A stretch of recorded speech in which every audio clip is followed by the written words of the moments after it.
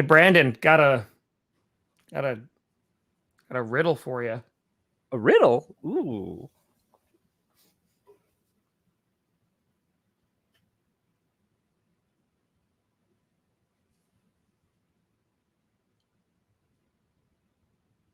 Oh.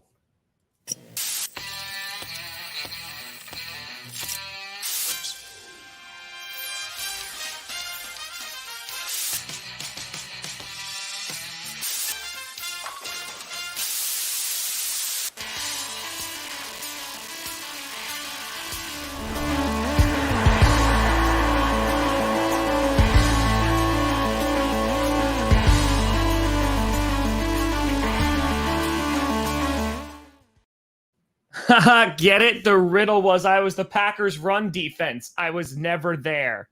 That's who I was going to say that, but you froze, and I didn't know you froze. Yeah. And then it kicked me out, so yeah. I made it work. I was going to make a Packers run defense joke, so... My question was, what's the Philadelphia Eagles' favorite song? And it's Run It by Chris Brown. Oh. Yeah, because the defense is not on the floor. Yep. Nope. It was not. It was not. But folks, we here. I was like, is he going to say something? We steer.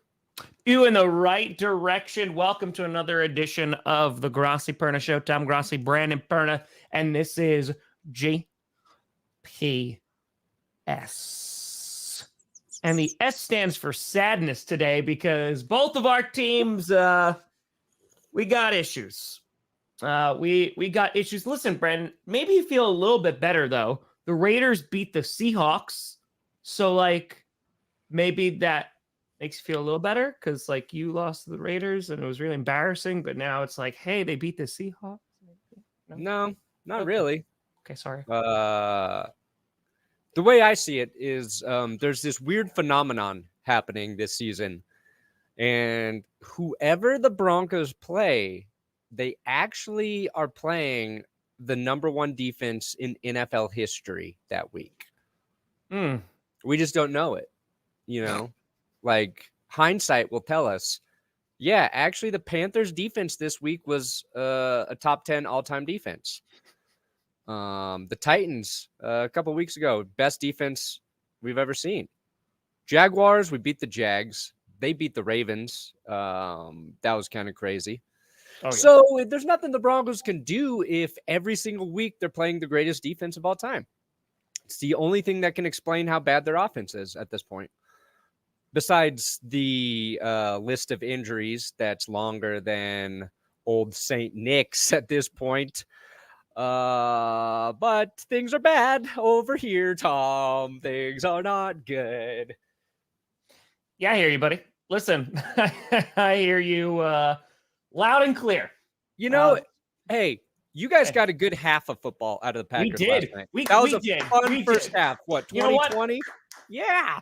Nice job, Packers. I mean, the defense at the very end of the half wasn't good. But you know what? We put together 2 quarters of football, and that's a lot more than I thought it usually would. So that's something. That is definitely. I'm pretty sure the Broncos haven't scored any points in the third quarter this entire season.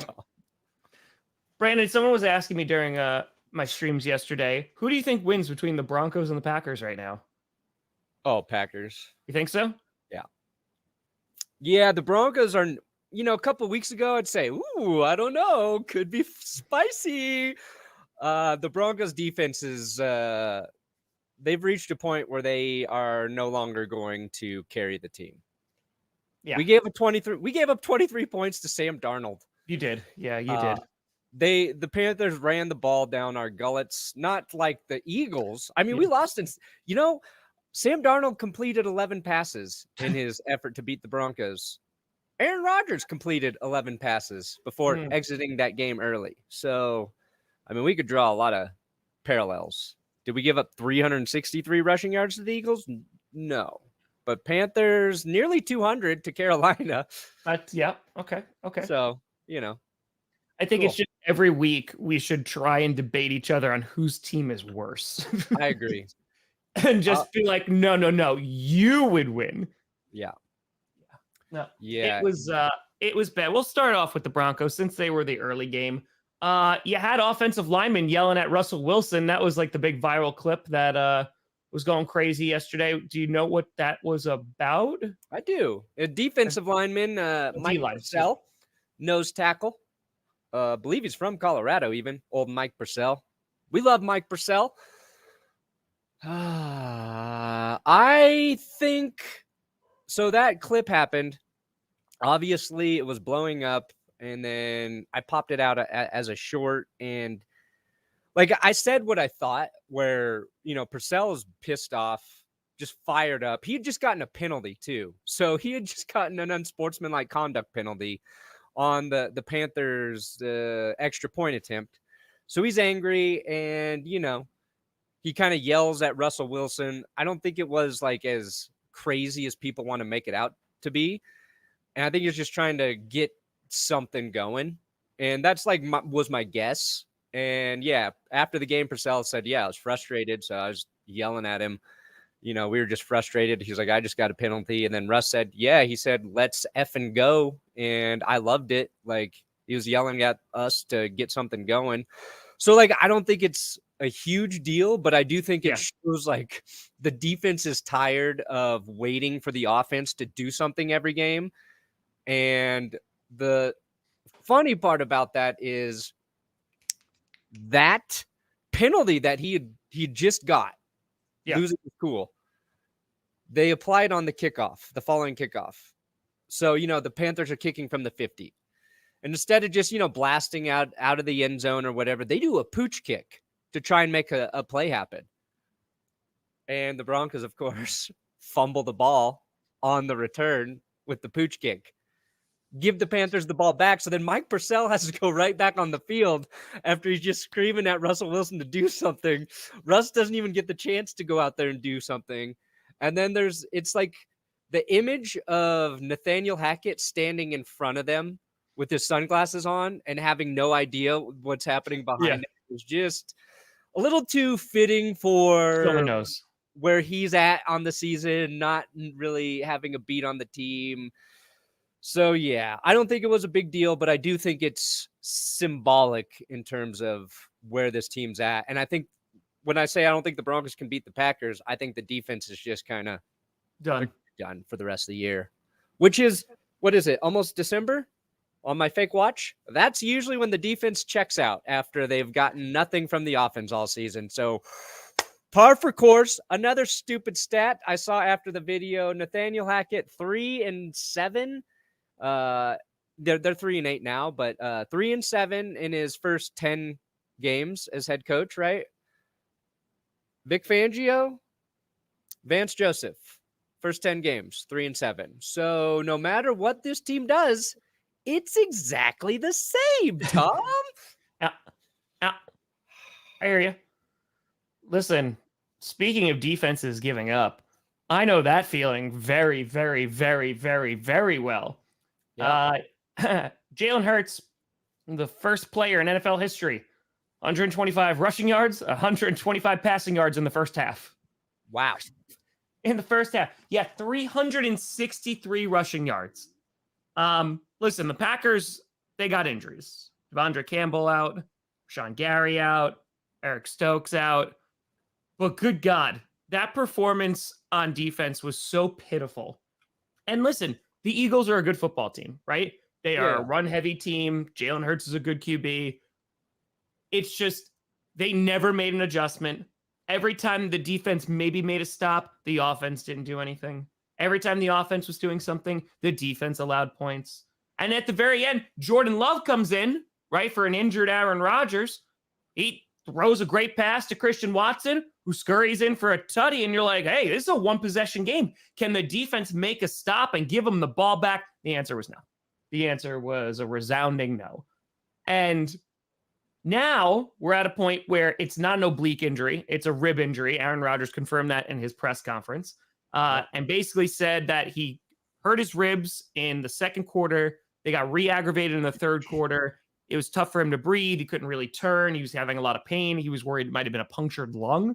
So they went out. They did a test on it. Nothing was conclusive yet. He anticipated playing still this week, depending on the outcome of the tests that are going to be done today.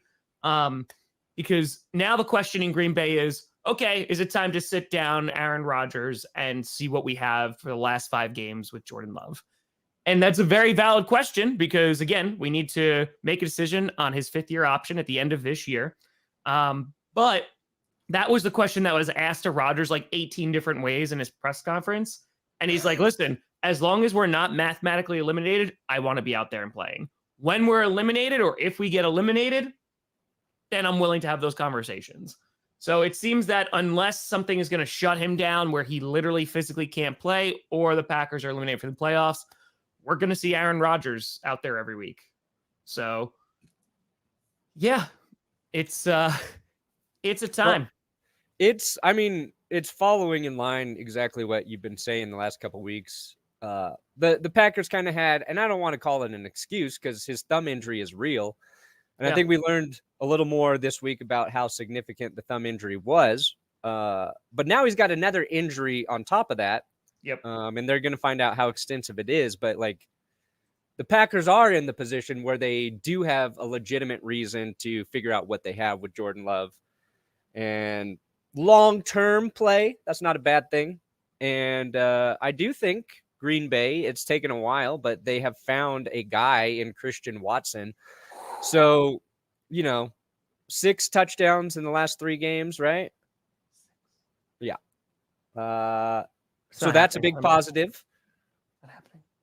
Get Romeo Dubs back at some point, and you have an off season. If it's probably going to happen, Aaron Rodgers comes back.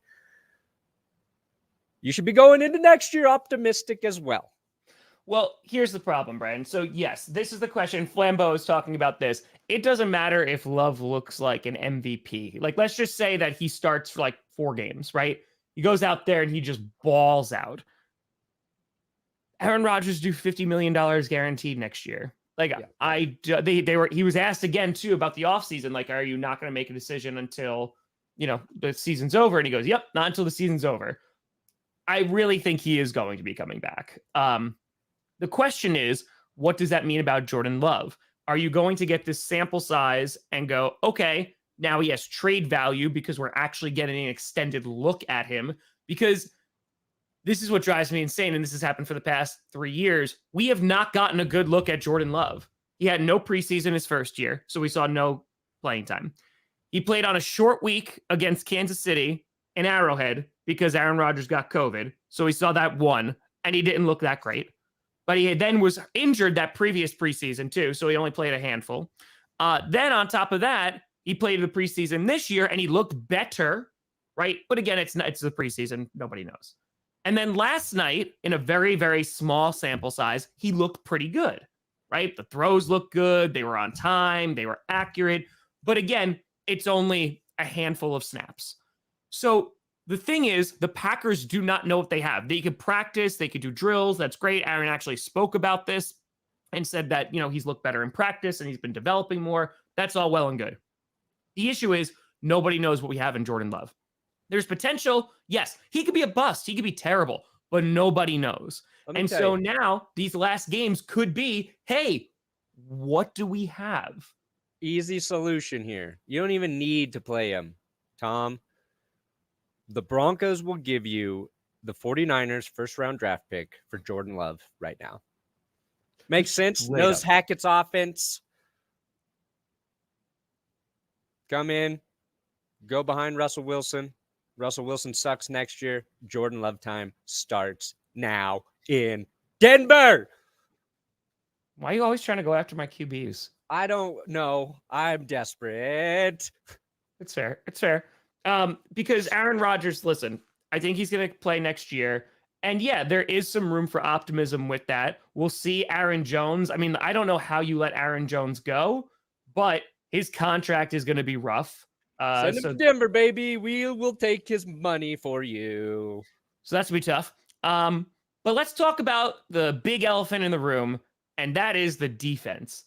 Because this defense, which was supposed to be top 5, top 10, has been absolute garbage. And again, there are injuries, but Joe Barry, he ain't the guy. He is not the guy. Could see Danny Etling. Yeah. Not the guy. 2, players just straight up are not playing well. Rasul Douglas hasn't been playing well. Jair Alexander also got banged up last night. He looked at times, didn't look like he was playing that great. Darnell Savage hadn't been playing great. He got injured earlier in the game. It is so bad. And it's like Joe Barry needs to go. That's one, because just the scheme is not working. And they have no pass rush. And I don't know. Like, it's going to be interesting because our safety room next year is going to be rough. Amos is probably not going to be back. Darnell Savage, we picked up his 5th-year option, but that doesn't look like that was a good move. So, yeah. And again, like, people are talking about trading Aaron Rodgers. 1, he decides if he gets traded or not. And 2, what team is going to pick that up? Like, that guy is getting paid so much money. With what money, Perna? We are Walmart. We will make it happen. You don't think we could finagle some money out of the system? Talking about money laundering? Look, if Walmart needs to make Russell Wilson disappear to make his contract disappear, they will do it, Tom. They will do it. They'll just act like he's starting a union and they'll take care of him. Rob Walton, he'll simply sit down with Jeff Bezos or Elon Musk and be like, yo, you got an extra one of those rocket ships laying around? Because I got a quarterback I literally need to send to the moon. Then Wilson on the moon. High knees? No, well, yes. Warm up with his high knees. And then he starts throwing literal moon balls. Oh, my God. You know how far a moon ball from the moon from Russell Wilson could go? Maybe to Venus. I don't know. And that's the thing. I get intercepted. I like astronomy. Let's talk about black holes, because that's basically where my love for football has disappeared to. A black hole. Okay. The crazy part is, and this is going to sound crazy, Tom, because I just said this is the crazy part. I think Russell Wilson can still play all right. I think he can be an all right QB. It's the Broncos have so many problems that you can't just say it's all Russell Wilson. It's coaching. It's Wilson. It's injuries. It's injuries causing a horrible offensive line. It's no running game. It's no freaking playmakers doing anything in the receiving game. Another game where Cortland Sutton drops a touchdown pass. I mean, it didn't matter. We eventually scored. The Broncos scored 3 touchdowns on one drive, and none of them counted, Tom. I saw that. We had to score the 4th one for it to count. So that's where my optimism is. It's so bad. It's so horrible. Yeah. That with some improvements, it could get a little better. We could be a little bit better next year. And then we'll do it all over again. That said,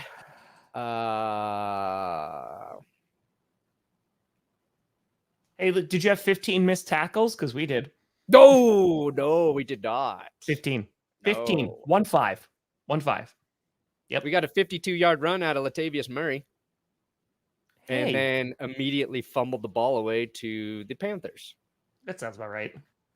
Worst offense since 2000, the Denver Broncos. That's a stat. 22 years of football with rules that favor the offense, and we're the worst. Yep. We were better with Teddy Bridgewater. We were better with Drew Lock. We were better with Joe Flacco, with Case Keenum, with Paxton Lynch, with Trevor Siemian. Brock Osweiler? Brock Osweiler, of course. A lot better with Brock. What about Tebow? Yeah. I mean, here's the difference with Tim Tebow. And I talked about this. He believed in God more than Russell Wilson. Oh, he believed way harder. Way harder. And it worked. So yeah. I mean, I want a God off. I want a God off between Russ and Tebow. They just have the rosaries as they're snapping towards each other. Yeah. So with Tebow, it was the worst offense I'd really seen for the first 3.5 quarters of football. And then some magic would happen every week. So in the Panthers game, and the Broncos weren't going to win, but they did finally score that touchdown. And then they recover an onside kick. And we watched that happen with Tebow. I think it was against the Dolphins. It was either the Dolphins or Jets game where they needed an insane amount of points at the end. They score a touchdown, get the 2-point conversion, get the onside kick, go down and score again. So the Broncos get the onside kick, and usually a team can ride that momentum, right? Things start happening like, oh, yeah, let's go out there. Offense is dealing. Yeah. 4 incomplete passes in a row by the Broncos after recovering the onside kick. They net 0 yards.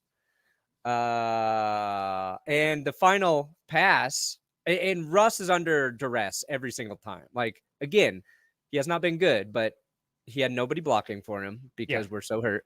And he gets the ball to Kendall Hinton, who drops it. And it would have been a first down. He was past the first down marker, drops it. So that's just the way shit goes this year.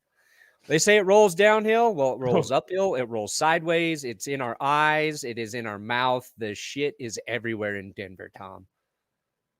Hey, buddy. I'm going to make you feel better. I'm going to make you feel better, okay? Tom Brady lost to the Cleveland Browns. Yes, he did. Like I said that. Oh, yeah. He's cooked too. He's cooked too, Tommy. Spoiler alert, in my best and worst today, Tom Brady will be getting the worst QB of the week award.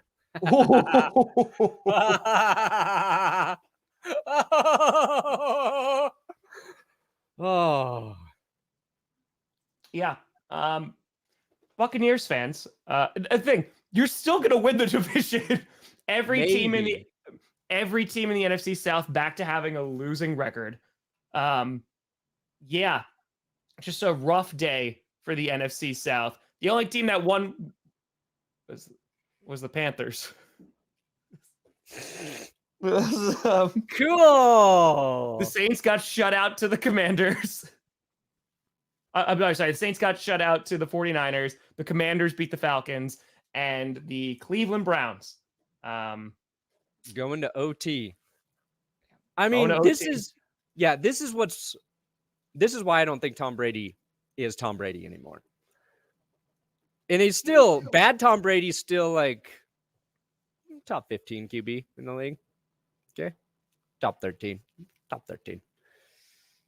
How many times have you seen Tom Brady lose to a team beneath him with the game on the line? Fourth quarter or overtime. Plenty of chances for the Buccaneers to win that game. Oh, yeah. And they just don't. It is. We are watching the downfall of Tom Brady. And for everybody who enjoyed watching his greatness along the way, also enjoy the downfall. Because should have retired, old ass man. Should have retired. And if Patriots Tom Brady watched this version of himself, he would be disgusted. Disgusted with the way he's playing. Pretty good, but not great. Pretty good, but not great, Tom. I mean, so I listen. I know that you hate Tom Brady. Suck ass QB, you suck. Sure. What? Yes. Tristan Wirfs got injured. He's going to be out. I think they said because the X-rays were negative. So he's going to be out for a few weeks, I think. Yeah, missed 3 to 4 weeks because of his ankle injury. Tom Brady has a bad offensive line, but he's still so cool and good. So what about Russell Wilson? We've got neither starting tackles or centered. We're more hurt on the line than the Bucs. But continue. You still got Mike Evans. You got Chris Godwin. You got 50 tight ends. Oh, what else happened to this suck ass? But I'm saying, do you think it's all Tom Brady? Because I feel like the play calling is also abysmal. Like they didn't do OC from last year. Tom's the one who wanted Bruce Arians gone. Idiot. Oh, let's get rid of this coach that helped me win a Super Bowl because I'm tired of his guff. I don't like the cut of his jib. Eat your crow, Tom Brady. Why don't you own up to sucking? Why don't you own up to it, Tom? I'm obviously channeling my anger for the Broncos just right at Brady right now. Yeah, like it really Right is just at him. all going. I'm just And it's letting you have getting it, I'm buddy. getting more heated as we go. So You just gotta get it out. give me You another got it. excuse for this old man being horrible at quarterback. See, I just a minute ago said he was like still pretty good. Now he's bottom 20. Yeah, so that's rough. Again, I still think they're probably going to win the division. Try I have 4 to missing say, linemen, but okay. because dude, it's the South. The South is so bad. They're Yeah. so bad. If there was a halfway decent team there, they would be running away with this division. Like they're still the 4 seed, which is wild. And now, by the way, the entire NFC East is in the playoffs as of right now. They're all in there, including the Washington Commanders. They peaked. They beat the Falcons. Yeah, who have been pretty solid this year. They've been okay. They've been pretty solid this year. They've been okay. They beat the Falcons, and now Wildflower, after unveiling the statue of Sean Taylor, which is literally just the store mannequin with the jersey on, they went out there and they beat the Falcons. Boom. And they're now currently in the playoffs of the season, ended today. I'll hand it to the Falcons for, winning. Trying to stick to their strength, which is running the football. Ronnie, you got a fitty. Whoa, Mac. Thanks, Mac. Mac. Return of the Mac. Return of the Mac. We were supposed to use Marlon Mack in our football game. Didn't. Let's see here. What do you got for him? Let's see here.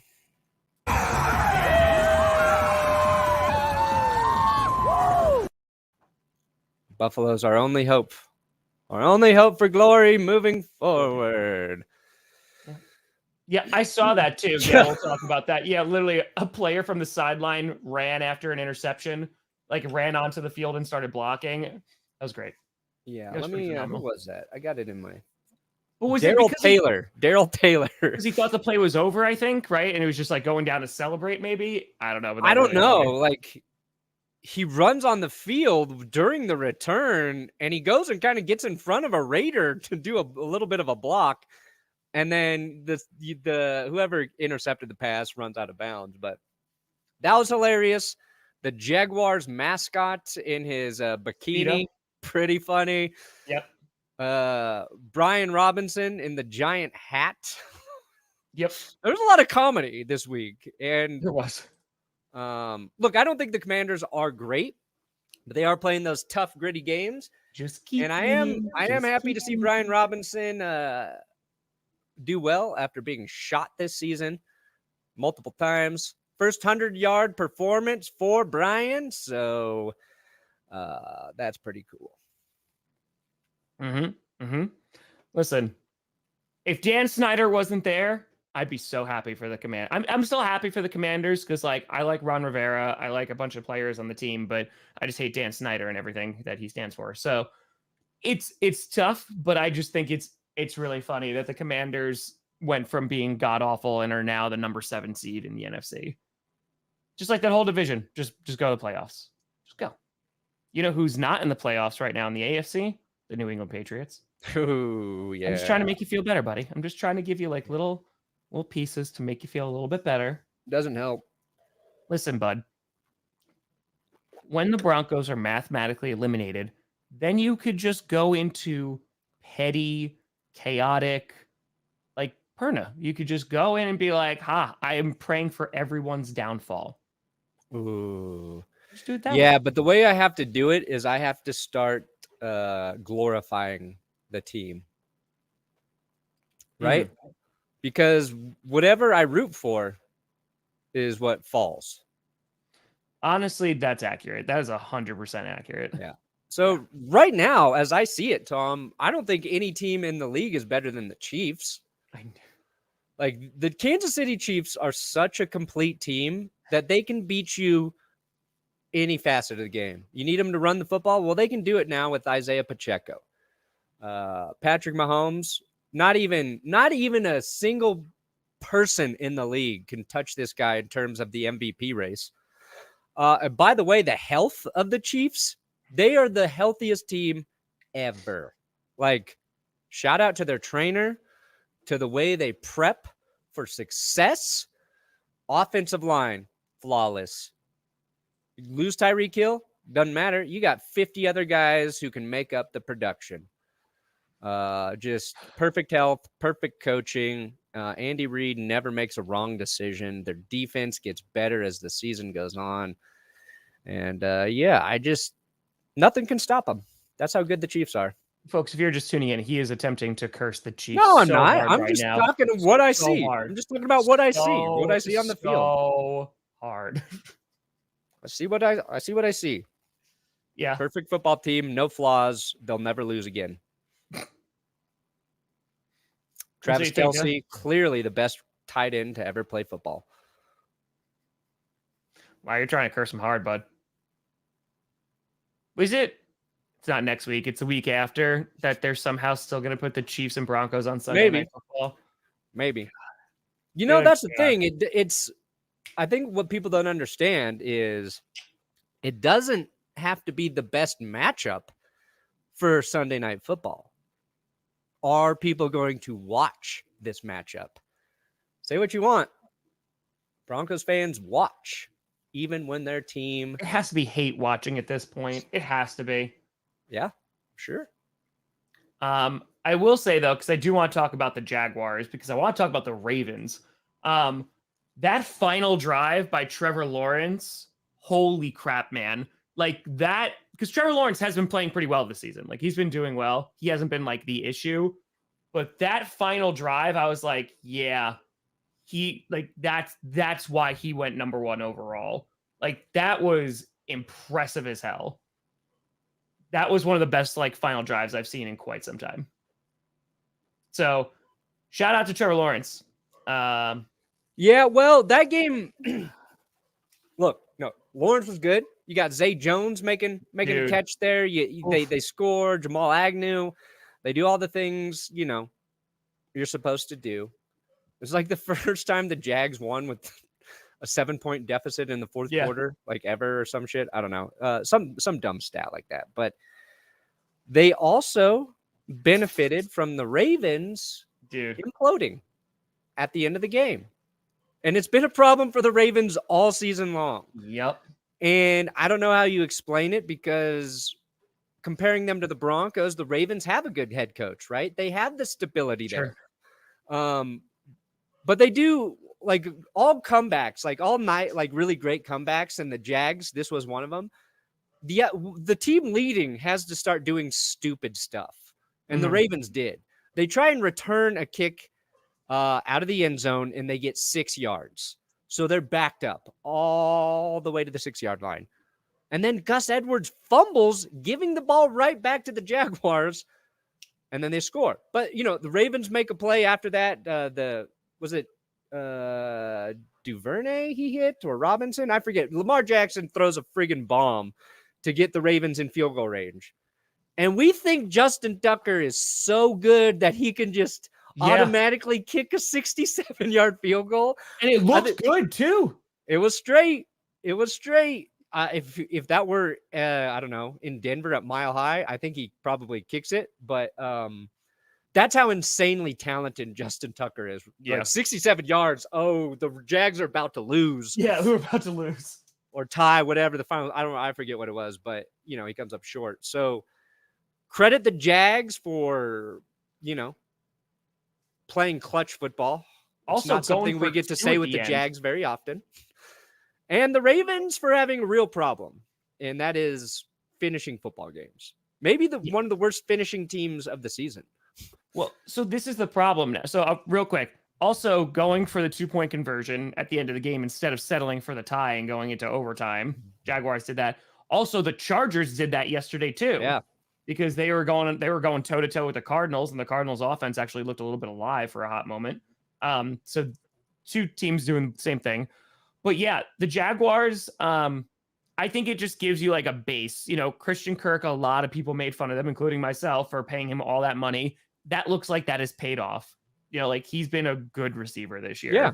So I know Etienne getting hurt, I think that definitely impacted that game plan there. But they got some things to build upon if you're the Jacksonville Jaguars. And I don't know, like I think there's some hope maybe in Jacksonville for the first time in a while. They got a franchise QB that can continue to develop. They got a head coach that is not Urban Meyer. And they got another draft, an offseason to build upon. So, yeah. And that, it's division. They can jump to the top of that division pretty easily and quickly. I mean, the Titans are a tough football team, but they just lose a tough one to the Bengals. I don't know what the hell's going to happen with the Colts moving forward. What did they play the Steelers tonight? Is it Colts Steelers? Yeah, it's Colts Steelers. Yeah. So that'll be a fun game. So yeah, Jacksonville could be one of those teams that jumps to first in that division because the Texans are not getting good anytime soon. No, they're not. They are legit the worst team in football. Yeah. Broncos are right behind them, but thank God the Texans are there because I would have to say maybe the Broncos are the worst, but I don't because of the Texans. But you talked about the Ravens and last week, because we've been talking about like, okay, their defense can't finish games. Their offense is kind of keeping it in them. Like Lamar Jackson was MVP talks like for the first like little bit of the season. And now the offense like has 2 back-to-back weeks where they do not look great. They didn't look great against the Panthers, and now they do not look great against the Jaguars, and they wind up blowing the game. So I don't know. Like the North is also in the AFC is a weird division. The Bengals won a game yesterday, and they're dealing with injuries. Mixon wasn't there. Jamar Chase wasn't there. They win because the Titans go after the long snapper after a field goal, and it winds up setting up with 1st and goal instead of giving the ball back to the Titans down 7 with like 2 minutes left. They should get better, the Bengals, and it might be their division to take because I just don't know like what the hell is going on with the Ravens like at all. So yeah, I don't know, man. They're a weird team and they feel like they should be better than they are. And I know they're dealing with injuries and stuff like that, but yeah, every team is now. Yeah. Some more so than others. The only team that gets the injury excuse is the Broncos. So they're the only ones. That's it. In addition, Miami, like they continue to look good. Like they sat Tua down because they were just like, yep, we're blowing them out. They were winning 30-0 in the first half against the Texans, and the Texans, yeah, they looked like by far the worst team in the league yesterday. Not much to say there, but things to say, and I don't want to blow it out of proportion, but Mike White. Ooh, Hall of Famer Mike White. Against a bad... It was Deshaun Jackson. There you go. So I already wrote some... Thank you, Con Man. I can't even remember, and I just friggin' wrote about it like an hour. Yeah, so... Mike White. 22 for 28, 315 yards, 3 tutties, 0 picks. Now, it's going against a Justin Fields-less Bears. It's going up against a Bears defense who is not good this season. They trade away a lot of their talent, but maybe. Look, maybe. What you know for sure is Zach Wilson wouldn't have put up those numbers against the Bears. I don't care. No. It was a great game. Highest passer rating this week. Mike White. And that's dating back to the turkey games. All right. Efficient, did what he was supposed to do. Here's the thing with Mike White, and this is what will be interesting. He played in 4 games in 2021. Yeah. He goes in against the Patriots, the Jets. The Bengals game, the first game he played, right? And he beat him. What's that? Was it the Bengals game? Which was his big game where he came out. That was definitely his first full start, and 3 touchdowns, 405 passing yards. He did throw 2 picks in that game. Then they play the Colts and lose in a weird game the next week. And then against Buffalo, he throws 4 interceptions, Yep. 0 touchdowns, 54% passing. So we've seen him play At a high level. like 2 pretty good games, and then it got worse and worse. But the Jets were a different team then. I agree. Their defense wasn't what it is now. They didn't have all of the weapons they do on offense now. So, like, if you're a Jets fan, you should be very happy about what Mike White did. Mm-hmm. Cautiously happy moving forward. But, like, and I was talking about this on the podcast with Will last night. The Jets, very good defense, very good team. You believe that if you're watching that football team play, and you knew there was one problem. It was your quarterback. Mm-hmm. It was a singular issue. Remove it, they play great. Now let's see how they do it against, tougher defenses. But I think Mike White doesn't have to do what he did against the Bears. No. But he just has to be better than Zach Wilson, not turn the ball over, put a couple drives together per game, and I think that team can win. It's like the Broncos, you can't point to that one singular issue. There's too many. It's too much of a mess. The Jets made a change. It fixed it. Their defense also, I saw the thing about like Sauce Gardner saying like the defense was talking on the sideline, how it was kind of weird to just be like chilling a little bit and not like while the offense was out there doing their thing. Yeah. And that's if the defense can be a little more rested every game, like you might see the Jets defense get even better. So should be optimistic. Like the Jets now, if you're comparing them to the Giants, you should feel a lot better about the Jets finishing this season strongly than like the Giants. I agree. And, mid-October, it would be kind of vice versa. Like, okay, maybe the Giants are putting something together, but Giants lack a lot of talent, and Jets, I'd be bullish on them. Well, I think what you also, as a Jets fan, like you have a lot of optimism on the future of your team, right? Breece Hall, like he looked like a stud this year before he got injured. Garrett Wilson has looked great and really thrived under Mike White yesterday, made some really big plays, had 2 touchdowns. He looked good. Even Elijah Moore had himself a touchdown. So like that was nice. It'd be interesting to see if they had a real QB back there. And I think you got glimpses of that yesterday. We'll see how long, Mike White can actually play. But I mean, like I said, maybe they're in the market for a QB next year. Russell Wilson. New York, man, he would do well in New York over Rusty Wilson. You think so, dude? He would. Oh my God, he would be hated by. What week Russell 3. Wilson needs is more attention on his week play. 3. My God, he would. That would be so bad. It would be so bad. So yeah. So that was the thing too, and I mentioned that. Yeah, the Bengals, they were able to shut down Derrick Henry very, very well. Both offenses like struggled. P. Ryan had a nice day in terms of just like able to like break free some, had some nice stiff arms too. But yeah, their offense looked weird. T. Higgins had some big plays for the Bengals, but they are missing Mixon and Chase 1,000,000%. Yeah. Here's like the Bengals are an example of an offense that I am jealous of, in that their receivers are actually so good that when shit's not really going great, Joe Burrow can just throw it up. Is it Jamar Chase? No, he's hurt. Well, there's T. Higgins, who made multiple jump ball, tough catches in that game. Who is the other dude? Some guy I've never heard of. You're talking about, oh my God, it's like Irvin. No, it's the one who he looks like Adam Cole. That's the only reason I know who he is, and I know you don't know who that is. Hold on. Trenton Irwin, who made that catch. Yes. Yeah. He makes a hell of a catch. Dude. Oh my God. Yeah. Like Burrow's got guys he can just throw it up to. And that's what Joe Burrow's very good at. And it's like, I keep going back to the Broncos, obviously. They don't have that. They don't have any guy you can just throw it up to and assume he's going to make the catch. You know what I mean? Mm-hmm. And it makes watching the Bengals fun. And it's what makes them a dangerous team, even when the cards are kind of stacked against them. Because, like you said, Joe Mixon not in that game, and they just really found their rhythm with Joe Mixon and their offense clicking with him. So It's an underrated thing to have really, really good receivers.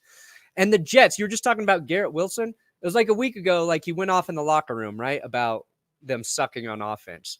Like that's a rookie. That's a young guy like stepping up and being like a leader in the locker room and being like the guy trying to motivate his team. Bad teams don't have that either. Like I feel like my team doesn't have any of those guys on offense, but at least now they know. Yeah. No, I get. They have playmakers. Yes, That's what it is. They have playmakers. But that's an easy thing to say. But when you watch T. Higgins make two just incredible catches in a close game that are difference makers, shows you how important that is. The Dolphins are another example of get your guy some playmakers and good things will happen. Now you got to have a quarterback who's going to facilitate and get him the ball, but and the 49ers are a weird team in that like they have all those, and then we watched them, struggle against the Saints offensively, but their defense stepped up and was so good. They're going to get that back and forth. Maybe their offense isn't great every week, but their defense can bail them out. And it's not going to become a thing where their defense starts to despise their offense because their offense will eventually make plays. He'll actually do something. Yes. Yeah. I get you. That's valid. That's valid. Yeah, the Bengals, again, they definitely could win. And by the way, I'm sorry. Yes, they do look the same. Because this is Trenton Irwin right here on the left, right? And that's Adam Cole. Oh, kinda. All right, calm down. They're the same person. They're the same person. Trenton Irwin looks like a country singer to me. Maybe he is. Kind of has a name too. We talked about the Commanders.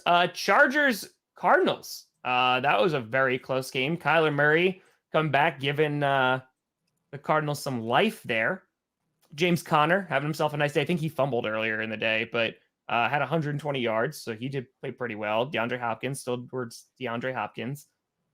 Herbert, they allowed him to get sacked 4 times. Again, they're also dealing with like a ton of injuries. But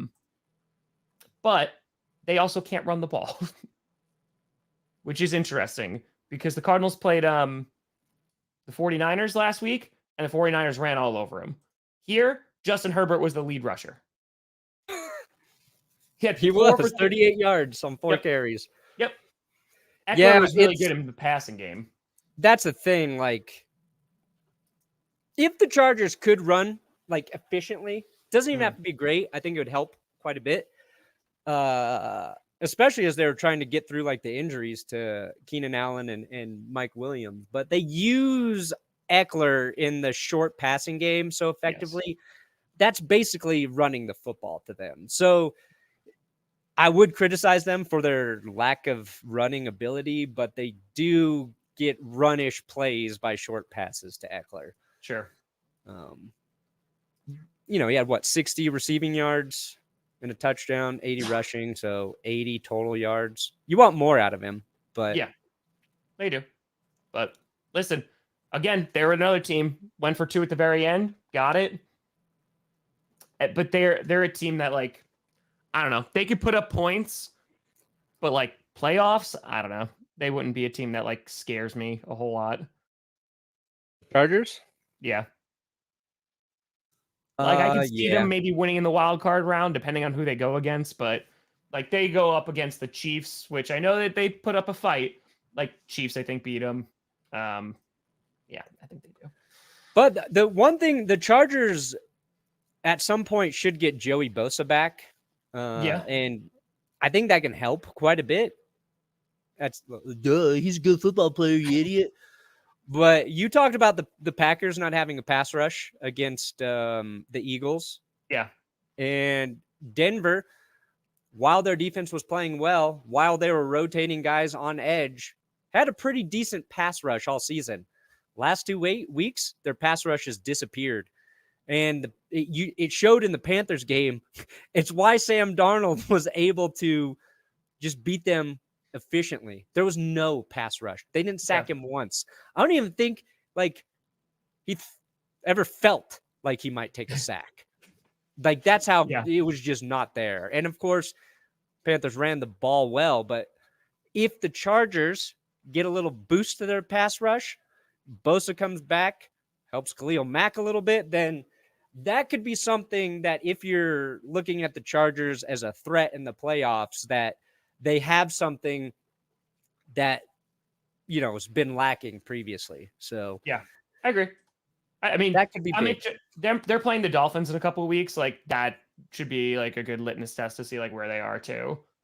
So because the Dolphins, as we talked about, they took care of business.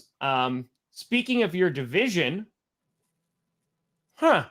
Josh Jacobs, over 300 total yards. It was nice to see him do it to somebody that wasn't the Broncos. It's true. That is true. Yeah. Like he basically almost had the entire Eagles rushing yards. Yeah. 300 total scrimmage yards for Josh Jacobs. 286-yard walk-off touchdown in overtime.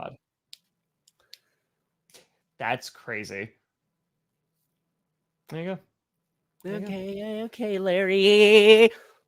But yeah, so Josh Jacobs is that guy. And going up against the Seahawks, where now like Seahawks, maybe you're I don't know, maybe there's a little panic going on. The 49ers are starting to rise. We'll talk about their game next. And then Seahawks starting to come down a little bit, losing to the Raiders. I mean, listen, the Seahawks, they definitely overperformed this year, right? They had a much better record than I think everyone, including their own fans, anticipated. And they're not done yet, but yeah, this was a Josh Jacobs day. Yeah. And Derek Carr, like we thought he got hurt in the very beginning too, but he wound up coming back. The Seahawks, the last 2 weeks, are experiencing their exact problem that they had with Russell Wilson. And it's when they can't run the ball effectively, they lose games. Now, Geno Smith, he played fine. Like the Seahawks scored 34 points in this game. Yeah. But they couldn't run the ball. Kenneth Walker, 1.9 yards per carry. Geno Smith was their second leading rusher with 22 yards. So in order for Seattle to succeed, they have to run the ball well. It's not just like that their offense needs it. It's their defense is not good.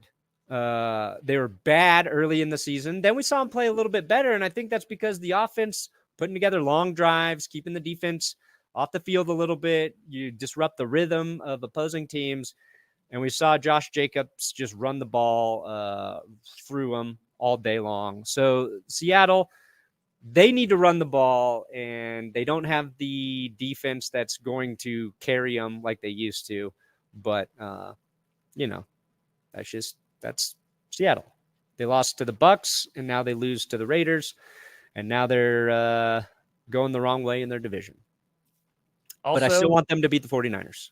Go Hawks. Max Crosby. No, he's good. He's been good. I know he gave the Broncos fits, and he was good in this game too. So. I think last season he led the entire NFL in QB pressures. He's good. He's really which was a funny stat because like the Raiders defense was really a liability, as it has been this year too. But yeah, he was it also like what year was Max Crosby drafted? Was that 2019? Max Crosby draft 2019, 4th round.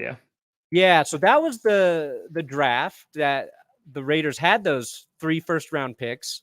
Josh Jacobs was one of them, and that's been the good one. Jonathan Abram, Cleveland Farrell were the other ones in there. And they get Max Crosby late.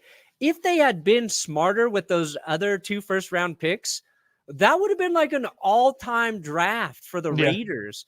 Because Max Crosby, they got in the, I forget, it was late 3rd or 4th round, something like that. 4th, yeah. Such a good draft pick. If they just hit on those other ones, their team would be in such a better position. But damn. Welcome to the draft. Abram gone. Cleveland Farrell probably going to be gone after the season. And if Josh Jacobs is smart, he gone. He leave that team because they did not pick up his 5th-year option. Do not go back to that franchise, Josh. They're going to offer him a boatload of money. I don't care Come somewhere nice. Come somewhere where you'll be respected. Are you just trying to poach everybody's players now? Oh, God. I need so many players. I need so many players. Real quick, before we talk about the 49ers, Rams-Chiefs game, the beginning of the year, I'd have been like, wow, potential Super Bowl matchup. And then it wasn't. Yeah, this game was a game. Patrick Mahomes made a really weird interception, like in the end zone. Doesn't really do that very often. But Pacheco, like you mentioned, really good. 22 for 69, had a tutty. Really kind of emerged as like their starting back. And it was just like an efficient game. I mean, the defense played well. I mean, I know they were going up against Bryce Perkins, but yeah. Rough day for Bryce Perkins. Couple picks, just 100 yards passing.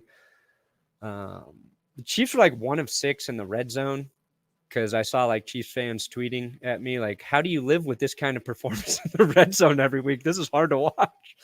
And they won by what, 16 points still? Yeah.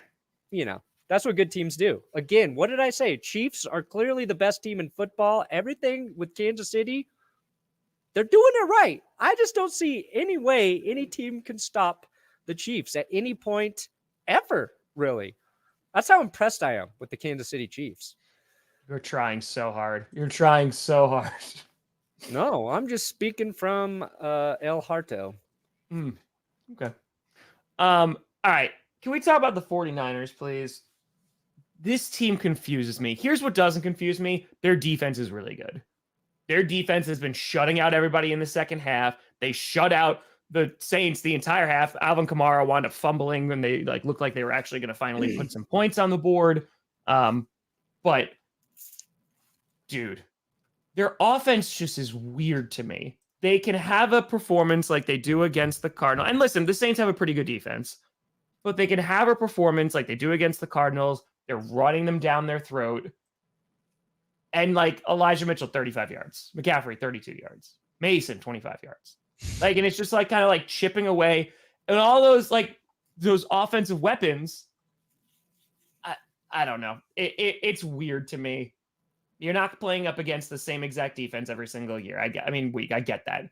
But I just think like they should have blown them out. Well, they won, which is what's important, but and the Niners coming up this week. It's one of the games of the week because they play the Dolphins on Sunday. Yes. Who, Dolphins defense played very well against the Texans and Kyle Allen, but I don't think the Dolphins defense is that good. And we know the Dolphins offense is incredible right now. So 49ers, we'll get to see their defense against the Dolphins offense. That's a great matchup. That'd be a lot And let's of see fun. if the Niners offense can perform against the Dolphins defense, because you're right. It's very up and down. That's Jimmy G though, man. Consistent. That's your Jimmy G experience. You're going to get a lot of efficient play. You're going to get some really good games where everything's clicking. You're going to get some games where you just got to score a few points and hold on while your defense clamps down. So then they play the Buccaneers, Seahawks, Commanders. Yep. That's a nice stretch in terms of figuring out who the Niners are. I think. I agree. But you're right. They're confusing. I don't have a read on that team. But their defense is good. Like that their defense is the truth. So they can win playoff games like that. It's just going to be like they go up against a team like the Eagles. Like that's going to be like a good matchup, like playoff wise. Because then it's like, all right, how burner account? Sorry. It's okay. I disrupted you. So yeah, that'll be very interesting to see. Kind of the Dolphins. I'm really, really fascinated in that game. That should be a really, really good game. Yeah, that's the game of the week right there. There's actually some decent games in week 13, like in that 4 o'clock slot, because I think it's Chiefs Bengals too. Ooh. Yeah, we've had a stretch of like a lot of underwhelming matchups the last like 3 weeks. Yeah. I mean, just yesterday too. So, yep. By the way, I said this a few weeks ago, but the Vikings can win the division next week. Oh my God.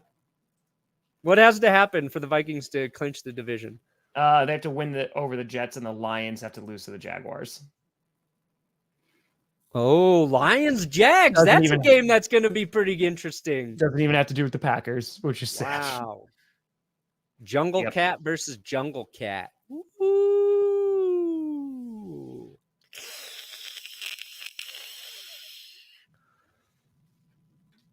Who do I want to win that game? Detroit Lions, baby. All right. Well, the Lions are going to lose now. So there you go. There you go. Yeah. Yeah. Kamara fumbles are not good. Not good. Well, their offense has also struggled. Unless Andy Dalton's like, never mind, I'm going to be a superstar this week. Yeah, he's as confusing as the Niners offense. He had 3 touchdowns last week and then nothing against the Niners. Yeah. All right, Brandon, we did it. Tonight, it's the Colts and Steelers. Steelers Colts. Really looking forward to streaming that. Matt Ryan versus Kenny Pickett. In the battle between which man do you want to take home to your mother? Okay. Bernie, what you got coming out today? Best and worst of NFL Week 12, baby. There you go. That's not bad. Get a little, I got a fitty, Tom. That's you, isn't it? I think it's you. Oh, no, I got it. Thank you, Falling. Boop. Faith for the case has joined late to see that. Yes, that game was wild. How wild? I know this has to do with the Bengals, but you get a pretty kitty. Nailed it. And somebody in the chat said lions are not jungle cats. Well, why are they called King of the Jungle? Aren't they in the savannah? Whoa, Jacob. At the very end. Boop. Jacob, appreciate you for the fitty. Hold on. I'll give you. Meow. Meow. There you go. What about you, Tom? What do you got coming out today? Probably Stink Stream. Oh, yeah, tonight's gonna be terrible. Probably gonna do a short or two. Gonna have every NFL fan's reaction to week 12 dropping after Monday night's game, and we're streaming Monday night game too. Hell yeah. We're gonna do it. We're probably gonna hit 392K today. I see you rising up. What are you, 333 now? Lucky 333. Let's go. Yeah, man. We're gonna take over the world. Let's do it. So hopefully, I think in 2 weeks we'll hit 400K. I think 2 weeks. Yeah, it was like when this I look at the sub count. Yeah, I'm always just like waiting to get to the next 100. You know what I mean? I'm like, oh, 715. Next time I check my phone, hopefully it's at what did I say? 15. What's the number I just said? 715. 715. Let's see, it's at 800. Yep. Like it was like at 7 something, and then I woke up this morning and it was like crossed over, like it was like 500 new. I was like, oh, that's such a good feeling. It's such a good feeling. Like I do the same exact thing too. Exact thing. We are addicted to YouTube analytics. Like it literally, like it can change your mood. You're just like, oh man, it's like 312. All right, I'm gonna go to sleep. When I wake up, I hope it's at like 500. Yeah. After on Sundays, it's rewarding because like Sundays are hard. It's just such a long day. Yeah. But when you put it in and then it pays off, you're like, oh yeah, all right, let's do it again next week, baby. Let's go, baby. Let's go. All right. Anyway, we did it. But folks, we'll be back on Wednesday, 11 a.m. Eastern, 9 a.m. Mountain Time. Appreciate you. We had over like 4,500 people in here today. But we will see you on Wednesday. Thank you so much for watching. I'm Tom Grossi. That's Brandon Perna. This is GPS. And you've